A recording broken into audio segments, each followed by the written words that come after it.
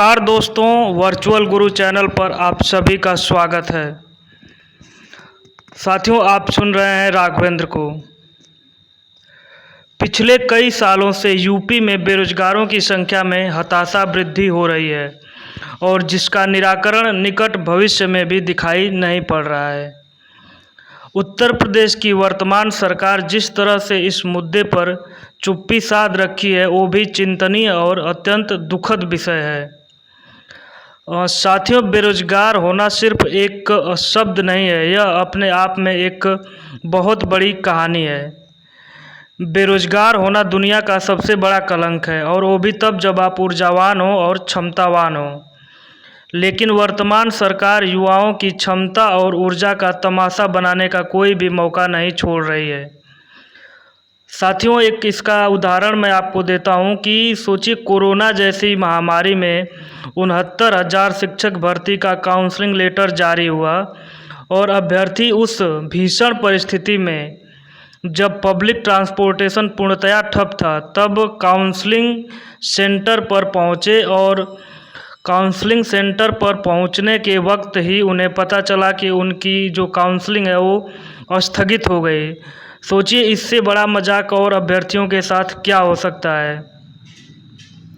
ये तो ऐसा लगता है जैसे सरकार की सोची समझी रणनीति है युवाओं को परेशान और उनका मजाक उड़ाने के लिए ऐसा सोच समझकर सरकार के द्वारा बर्ताव किया जा रहा है। दूसरा उदाहरण मैं आपको बताता हूं कि पिछली दरोगा भर्ती में ट्रेनिंग पूरा हो जाने पर फील्ड में जाने से एक दिन पहले उनको घर वापस कर दिया गया। ये सोचिए कितना बड़ा तमाशा है। मैं मानता हूं कि उस भर्ती में अगर धांधली हुई थी तो आखिर में उन अभ्यर्थियों को ट्रेनिंग करने के लिए ही क्यों भेजा गया। इसी कड़ी में वीडियो भर्ती 2018 जिसका 3 बार परिणाम जारी हो चुका है, लेकिन नियुक्ति नहीं मिली। तो ये सभी ऐसे हजारों उदाहरण हैं जो दिए जा सकते हैं और आप सब जानते भी हैं। तो शायद ये सरकार इस तरह से सोच ली है कि यूपी के युवाओं का पूरी तरह से मजाक उड़ाया जाए और उनको दुखद ज़िंदगी जीने पर मजबूर कर दिया जाए।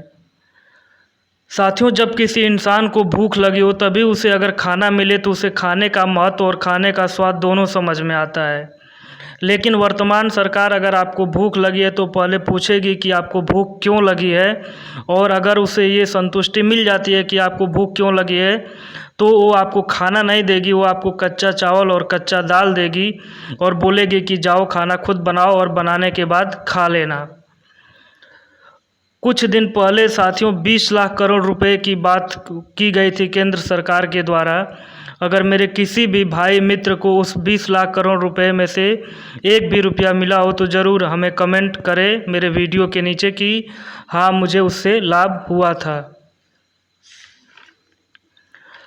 साथियों, कुछ ही दिनों बाद बिहार में चुनाव होगा और वहाँ पर हमारे देश के प्रधानमंत्री नरेंद्र मोदी जाएंगे। रैली में बोलेंगे कि आपको कितने का पैकेज चाहिए, 1,000 करोड़, 2,000 करोड़, 3,000 करोड़।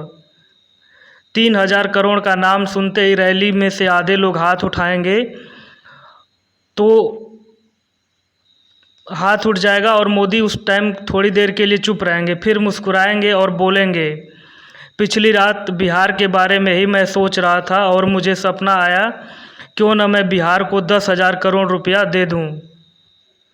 तो साथियों, इस तरह की जुमलेबाजी और मूर्खता भरी बातों से ही इस वर्तमान सरकार चल रही है। लेकिन साथियों, सरकार की बात 1 या 2 दिन में या 3 दिन में या 1 साल में या 2 साल में या 3 साल में अब लोगों को समझ में आने लगी है। तो साथियों, आप सभी साथ दीजिए, जितना भी इनके वीडियो, जितना भी इनके प्रोग्राम हो, आप उसे डिसलाइक कीजिए, जितना हो सके अपने से डिसलाइक कीजिए और अपने मित्रों से, अपने परिवार के लोगों से इस सरकार की जो घटिया करतूत है उसे उजागर करने में आप सभी दोस्त साथ दीजिए। ठीक है दोस्तों, और ऐसे ही बहुत सारे एग्जाम्पल हैं जो आप दिन प्रतिदिन अपनी लाइफ में देख रहे होंगे। तो साथियों, ये है यूपी का बुरा हाल। तो साथियों, ठीक है, मैं मिलता हूँ इसी तरह की नए वीडियो में। तब तक के लिए नमस्कार।